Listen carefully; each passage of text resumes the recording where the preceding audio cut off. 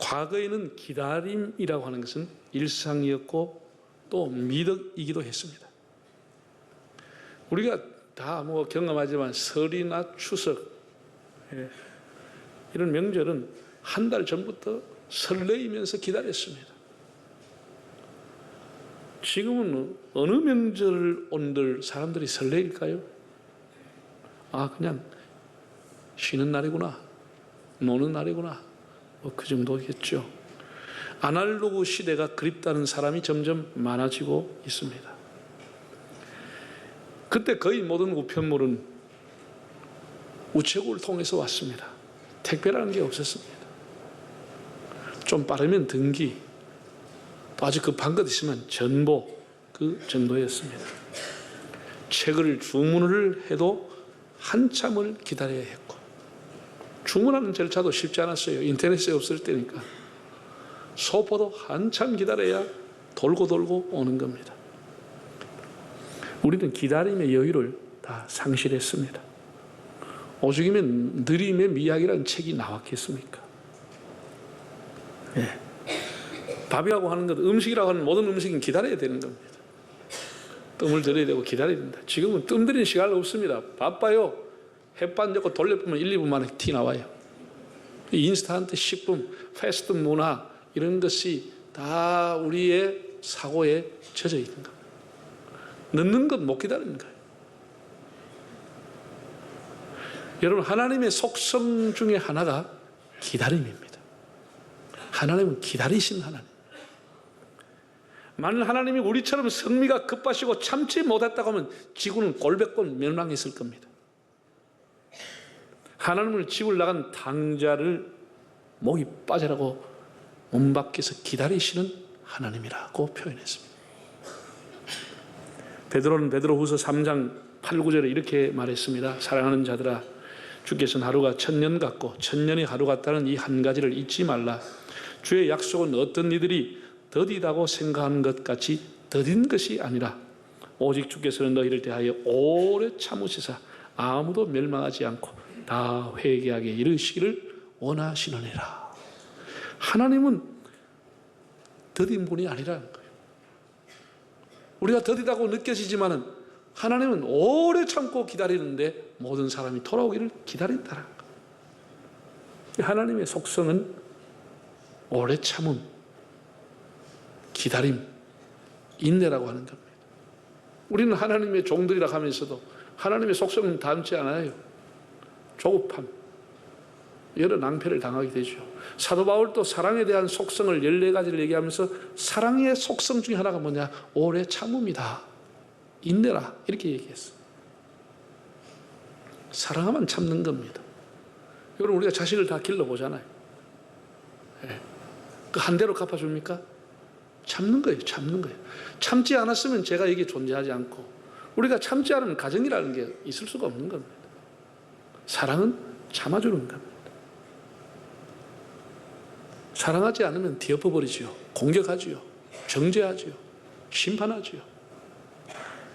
제가 여러분에게 늘 말씀을 드린 것 중에 하나지만은 우리 인생살이 살아가면서 많은 부분을 누가 해결해 주느냐? 시간이 해결해 주는 게 굉장히 많습니다.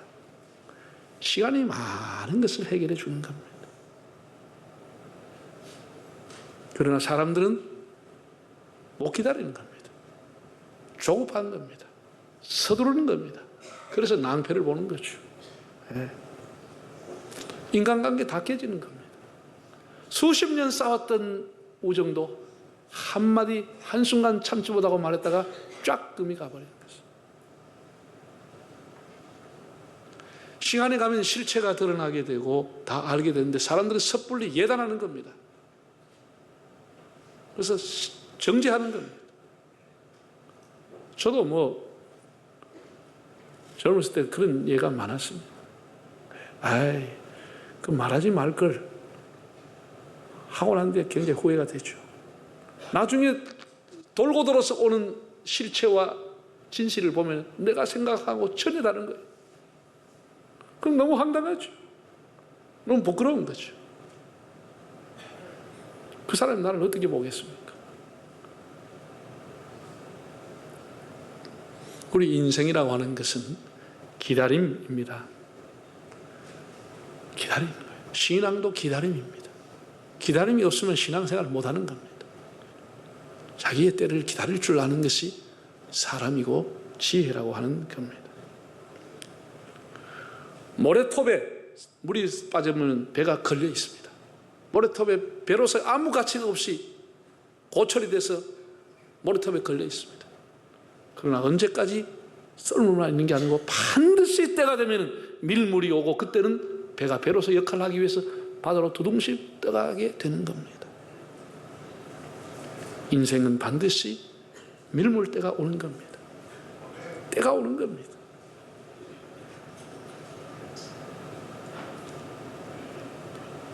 사람 살아가는 것, 살림살이, 경제, 이 모든 경기 다 인생살이가 기다려야 되는 겁니다. 기다리면 이삭,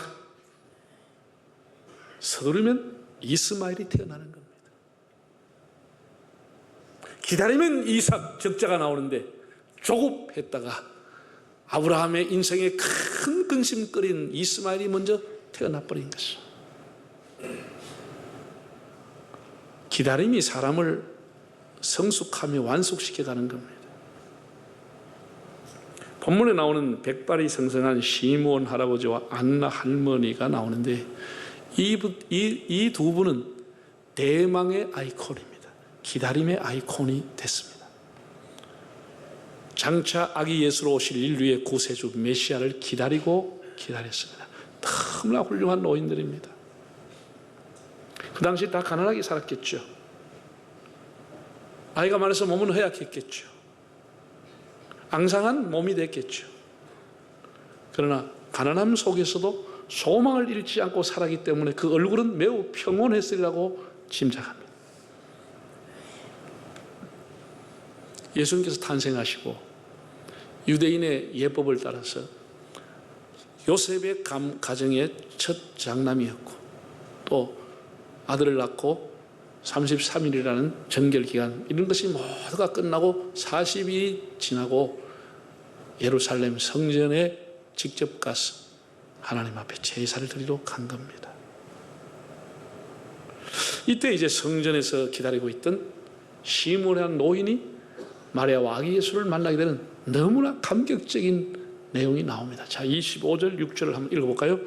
예루살렘에 시므온이라는 사람이 있으니 이 사람은 의롭고 경건하여 이사의 위로를 기다리는 자라. 성령이 그 위에 계시더라. 그가 주의 그리스도를 보기 전에는 죽지 아니하리라 하는 성령의 지시를 받았다니. 이 시므온이라고 하는 이름은 하나님이 들으신다는 뜻을 갖고 있습니다.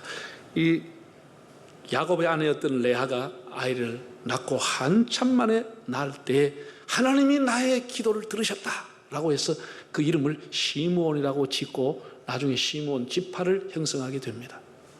하나님이 들으셨다. 이 시므온은 의롭고 경건했다고 했습니다. 이 두 가지를 함께 소유하기는 사람이 참 어렵습니다. 의와 경건을 다하기 어렵습니다. 여기서 의라고 하는 것은 하나님과의 바른 관계를 얘기합니다. 우리가 일반적으로 가지고 있는 사회적인 개념의 정의와 공의가 아닙니다. 하나님과의 바른 관계, 헬라어로 디카이오스, 거룩한, 의로운 이런 뜻을, 의롭다고 하는 것이 거룩하다와 거의 동의어로 사용됐어.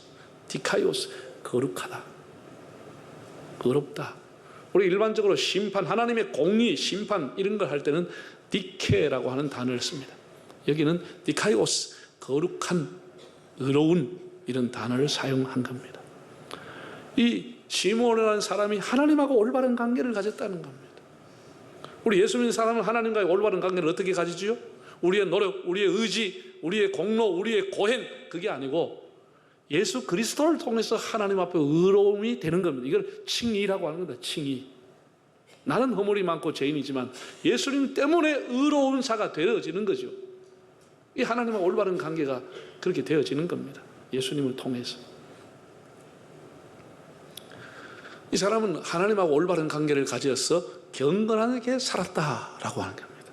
우리가 경건하다고 하면 뭐 기도하는 생활 이런 생활을 의미하는데 틀린 건 아닙니다.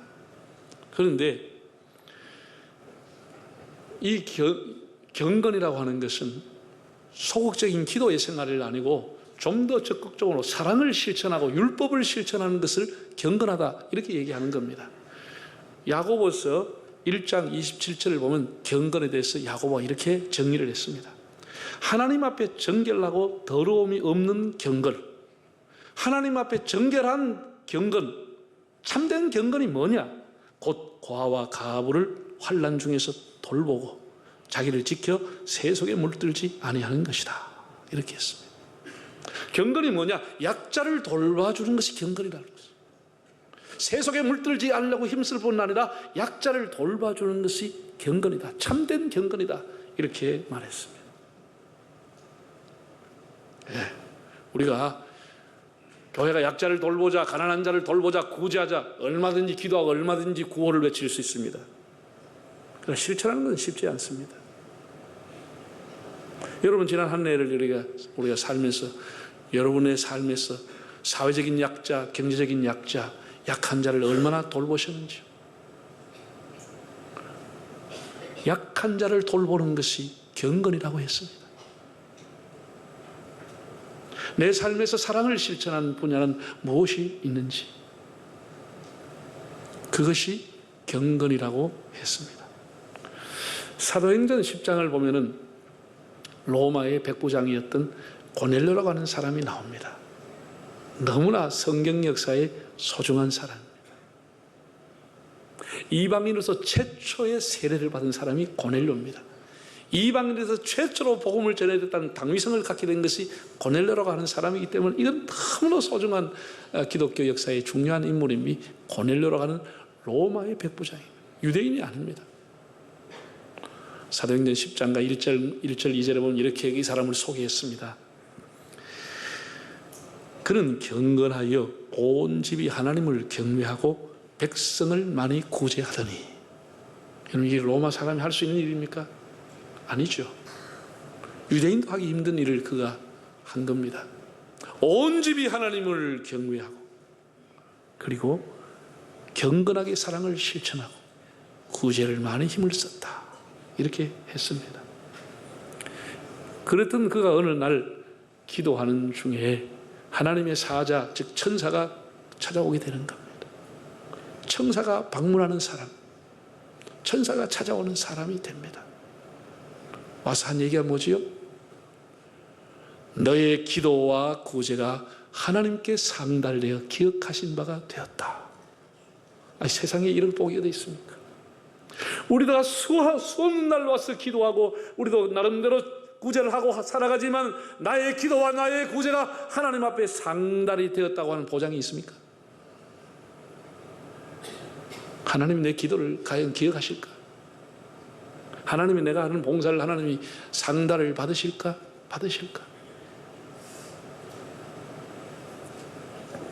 너의 기도와 너의 구제가 하나님 앞에 상달되고 기억하신 바가 되었다. 하나님께 기억되는 사람, 그의 헌신과 봉사와 기도가 하나님 앞에 상달되는 사람.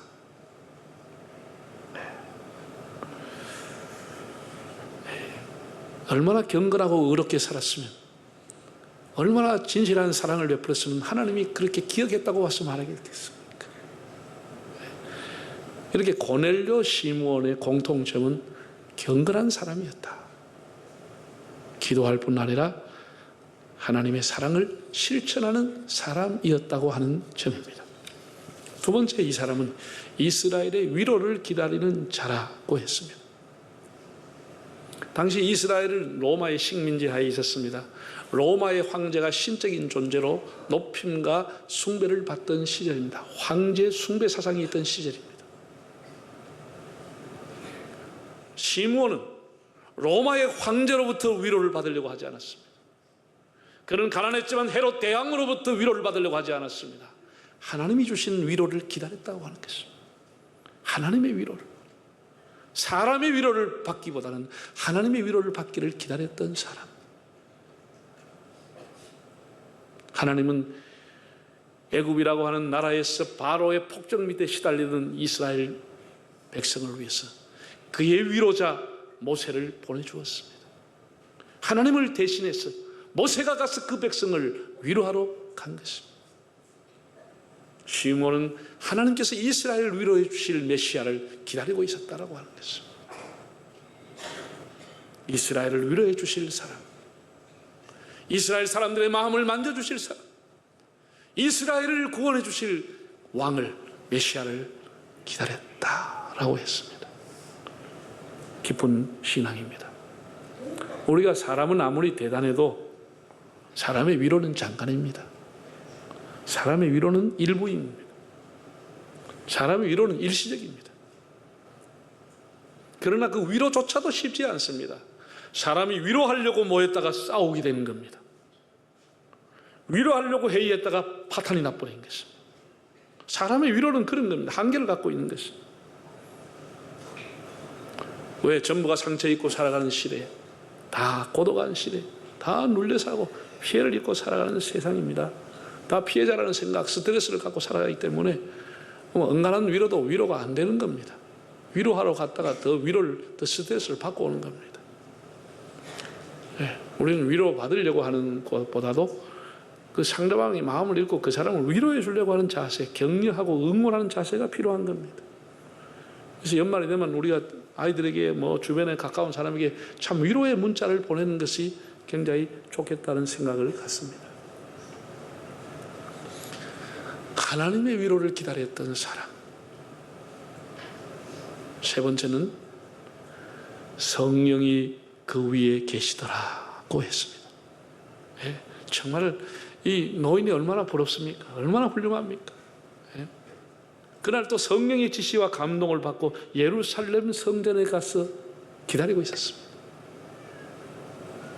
그래서 마리아와 아기를 만나게 됩니다. 성령님과 동행했던 사람. 네. 일반적인 겁니다. 사람이 늙으면 어떻게 되죠? 걱정이 많습니다. 또 이렇게 사람이 늙으면 걱정만 많은 게 아니라 잔소리가 많아지는 거예요. 경험이 많으니까. 또 노역도 많아지는 거예요. 우리가 시몬과 안나에서 이런 모습을 하나도 찾을 수가 없습니다.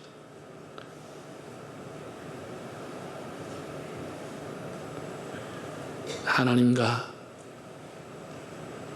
평안한 관계를 가지고 살았던 성령이 함께했던 사람.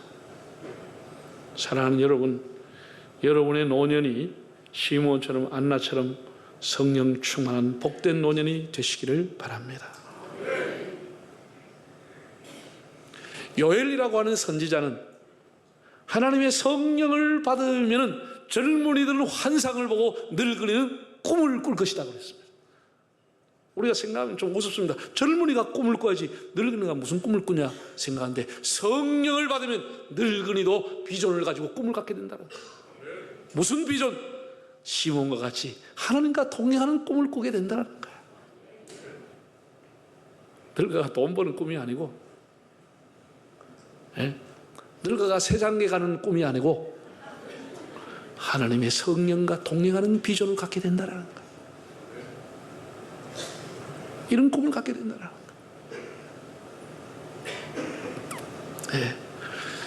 거예요. 성경의 요한복음 5장을 보면은 또 기다림의 대명사가 된 사람이 등장하고 있습니다. 예수님이 6월절 명절이 됐을 때 명절에 집에 가지 못하는 사람을 찾아갔습니다. 그게 베데스다 목가입니다. 베데스다 목가. 거기 38년 된 병자가 있어. 이렇게 기록이 되고 있습니다. 여러분, 그 사람이 20살에 병을 앓기 시작했다면 38년, 나이가 60이 될 때까지 가족들 다 떠났습니다. 가족에게 버림받았습니다. 사회로부터 버림받았습니다. 돈도 다 떨어졌습니다. 그냥 그 행각에 그냥 들것에 누워 있는 거예요. 이게 사지가 멀쩡하여 물이 동할 때 나를 넣어줄 사람이 없었다는 거예요. 서로가 던져 들어가고 뛰어 들어가기 바쁘지 이 사람은 누가 넣어주겠어? 먼저 들어가는 사람이 낫는다는데 누가 양보를 해줘요? 이게 간헐천이 되어가지고 한 번씩 후루룩 하고 물이 동하면 빨리 뛰어가고 제일 먼저 가는 사람 낳는다는 이런 전설 때문에 사람들이 다 그에게 전부 다 무리동항이만 주시하고 기다리고 있는데 저기 노인을 누가 갖다 얹어주겠습니까? 아무런 이 사람은 있어봐야 소용이 없는 사람인데도 기다리는 거예요. 기다리는 거예요. 무리동하고 넣어줄 사람이 있다고 기다리는 거예요. 이 기다림의 대명사 38년을 기다리는 거예요.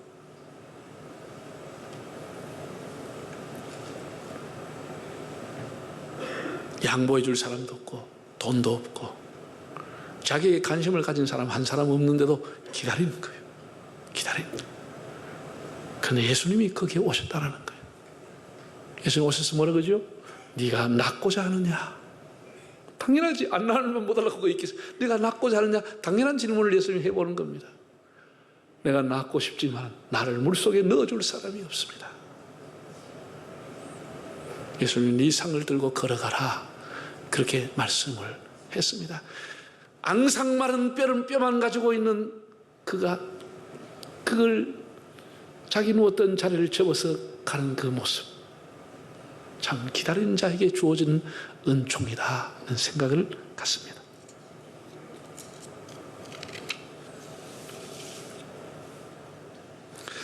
마지막으로 우리는 성전에서 참 극적인 장면을 보게 됩니다. 28절과 29절을 한번 읽어보실까요?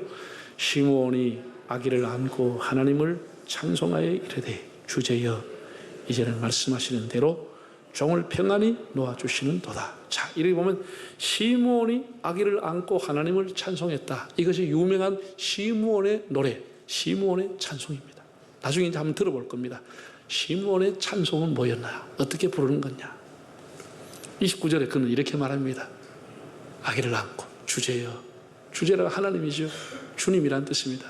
하나님 말씀하신 대로 종을 평안히 놓아주십니다 라고 했다는 겁니다. 이제는 이 종이 죽어도 여한이 없습니다. 그런 말을 했다는 것이죠. 아기 예수를 안고. 이 시므온의 인생의 가장 클라이막스가 바로 이 부분인 겁니다. 이 날을 위해 그는 참고 기도하며 기다리며 살아왔습니다. 서러움을 당해도 이 날을 위해서 살아왔습니다. 자기 인생 가장 절정, 자기 평생의 기도가 이 순간에 이루어지고 그 아기를 안고 하나님, 저 이제 죽어도 여한이 없습니다 라고 했다는 겁니다. 위대한 약속, 메시아의 탄생, 이 약속이 성취되는 것을 눈으로 몸으로 경험했던 사람이 시므온이라는 사람입니다. 이 시므온의 이 노래를 요약해서 뭐라고 하느냐, 그 노래를 눅구 디미티스라고 부르는 겁니다. 이것을 그림으로 그려냈던 사람이 있습니다. 네덜란드의 세계 성화 중에 최고의 권위자로 꼽을 수 있는 렘브란트라고 하는 화가가 있습니다. 빛과 어두움을 조화를 해서 묘하게 빛과 어두움을 가지고 그림을 그려냈던 사람이 렘브란트라는 사람입니다. 그가 1669년에 자기 마지막 생을 마감하면서 유작으로 남겼던 미완성의 작품으로 남겼던 것이 시므온이 아기 예수를 안고 있는 그림입니다. 그림을 완성되지는 못했습니다. 이 그림을 그리다가 결국은 렘브란트는 하나님의 부름을 받았습니다. 그러나 우리는 그 그림 속에서 렘브란트의 살아오는 인생, 시므온의 인생이 다 담겨 있는 것을 보게 됩니다. 의롭고 경건하게 살았던 시므온, 이스라엘에 주실 하나님의 그 위로를 기다렸던 사람, 성령이 그와 동행했던 사람, 이런 복된 삶을 살아가는 성탄의 계절 되시기를 바랍니다.